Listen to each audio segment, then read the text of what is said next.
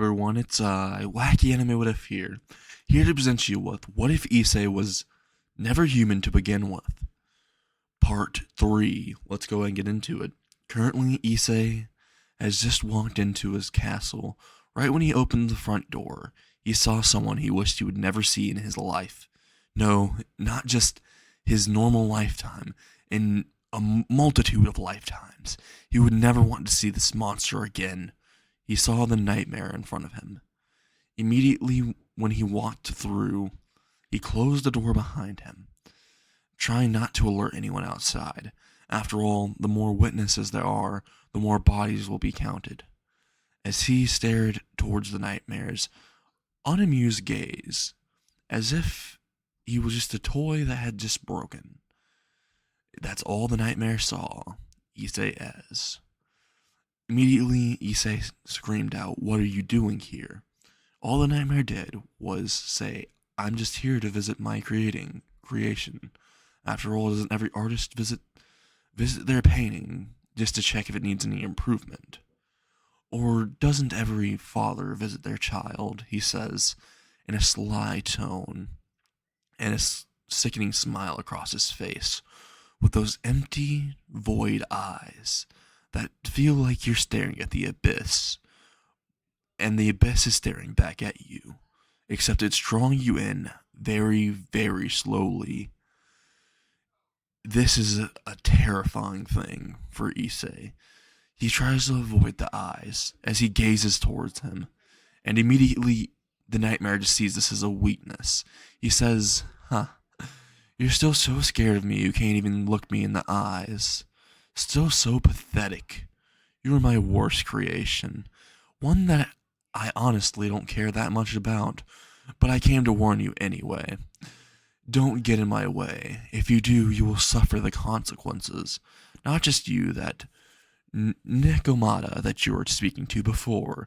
You looked very close to her. It would be a shame if someone were to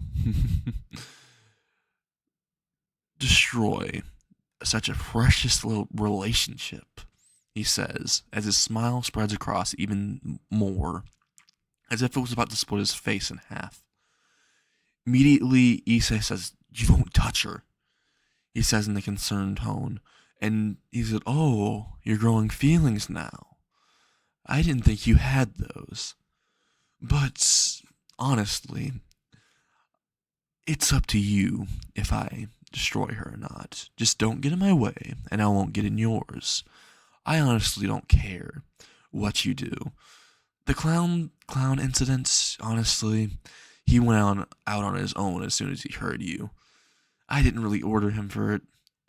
But, I mean, you dying would have been a bonus, but hey.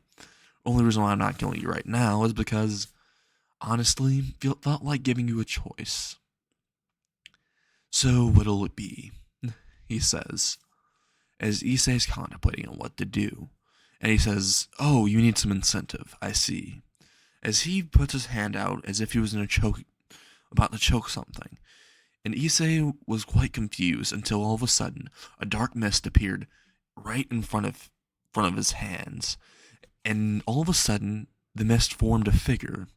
And then the mist completely disappeared, and Koneko was directly in the nightmare's grasp, as Koneko was being strangled by the nightmare, and the nightmare was raising her upwards, saying, "How about this? You get in my way, and I snap her neck like a twig." And Issei immediately felt the weight of his words as he said this. He knows that he'll do it. He'll do anything for his ambitions. He'll go as far as killing his own son. He'll go as far as destroying every creation he's ever made. He will go as far as to destroy everyone and everything in his path. He doesn't care if it's a man, a woman, a child, or an infant. He will not care. He will just ruthlessly go towards it and destroy it, and go about his days as if nothing happened. Issei immediately stares at him and says, "Put her down. This isn't between her. This isn't between anyone but me and you." And the nightmare said, Well, you made it between more people. You made it between a lot more people, considering you did. You did involve them. As soon as you involved them with your existence, he said. He also said, plus, the devils, the fallen angels, all of them, and the humans are all my goals anyway. They're stepping stones for my power and my rule, he says, in a dark tone, his eyes glowing a chaotic blood red, and the grip tightening, and some claws coming directly out of his hand, tearing directly into Konako's throat ever so slightly, and driving deeper and deeper. Konako's looking at Issei with pleading eyes, and Issei immediately says, Nightmare, okay, what do you want? I know it wasn't just for me not to get involved. What do you really want? The Nightmare immediately says, the one thing I wasn't able to get so many years ago. I want what you stole from me. As the Nightmare said this, Issei already knew what he wanted. It was the amulet. The amulet that was once held by a chaotic god. An amulet that had so much power that it could make heaven and hell shake. From mere quakes of its power, from a mere fraction, Issei had this hidden and protected it ever since he found it. Considering if the Nightmare ever got his hands on it, the world as we know it would end. He immediately knew that that's what he wanted, but he was hoping it wasn't. He was hoping he didn't know it was in his grasp. As Issei said, fine. As he looked directly into his Kohai uniform, he pulled out. He was about to pull out something, but then he said, alright, do you want me to get closer to hand it to you? Immediately the Nightmare said, go ahead and pull it out. I want to make sure it's actually it. As soon as the Nightmare said this, he pulled it out, and it was an amulet. But the only thing was, Issei in his head was saying, this isn't actually the amulet, this is a fake I keep on me at all times. In case someone ever thought that I would always keep it on me. I would never keep such an important artifact on me at all times. Specifically because people would already guess this. I held it into a secret place, he thought in his head. As he walked towards him with the fake amulet. As Issei thought more in his head, the reason why I always keep this fake is because I knew you would always come for me. And if you ever found out that I had the amulet, you'd ask for it before you obliterate me, he said in his head. As his claws started to grow a little sharper, not going unnoticed by the Nightmare, but Issei thinking that it did. He walked closer towards the Nightmare, threw the amulet towards him. The Nightmare's eyes were fixated on the amulet. He immediately threw Konako directly at Issei, and he jumped towards the amulet and grabbed it. But as soon as he grabbed it, he felt something off. He didn't feel the pulsing power that was supposed to be through the amulet. He felt as if it was some cheap knockoff.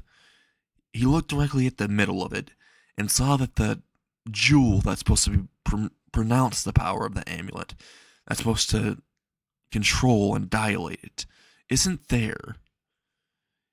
He realized this was a fake.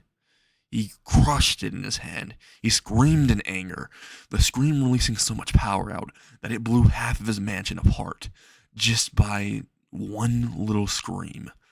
He immediately disappeared and appeared right behind Issei, as Issei was holding Konako, looking directly at her, and asking if she was okay, only to be met with her worried eyes that were looking behind him. He immediately turned behind him, only for everything to stop in slow motion, as the Nightmare's hand went straight through Issei's chest, and black blood was spilled everywhere, all across the floor, all across Konako. Konako's eyes were watering as she saw Issei die directly in front of her. She immediately started crying, saying, Issei? As she held onto his shoulder, trying to shake him, only to see that his eyes have already went hollow. She tried to use any type of healing she could on him, but all of a sudden was pulled away as the nightmare grabbed her by the back of the neck and threw her across what's left of the castle, flinging her all the way into the library section of the castle that was still halfway intact. And the nightmare looked directly towards Issei and said, "I know that you can heal. I know that you'll survive this. And I want to tell you something. If you want Konako back, then you're going to have to give me the amulet. I'll give you until tomorrow at 12 p.m. on the sharp. If you're not at Kyohai with the amulet, I'll rip her head off and send it to you. I'll rip off every finger and send it to you every day of the year.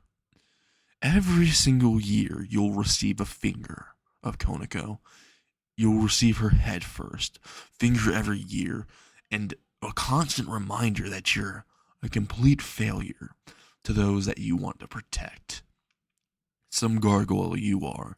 You can't even protect the ones that you care about," he says as he stomps on Issei's left arm, causing him to scream more. His eyes completely hollowed out. He went completely blind, and the only thing that was left on his face was a deep scowl. And Nightmare felt something off, though, as right when he stepped on Issei's left shoulder and stepped on his right hand, he noticed that Issei crumbled into pieces. Gargoyles, when they die, sure they do this, but something fell off. He stared but looked behind him and saw Issei right there with his right claw ready to strike.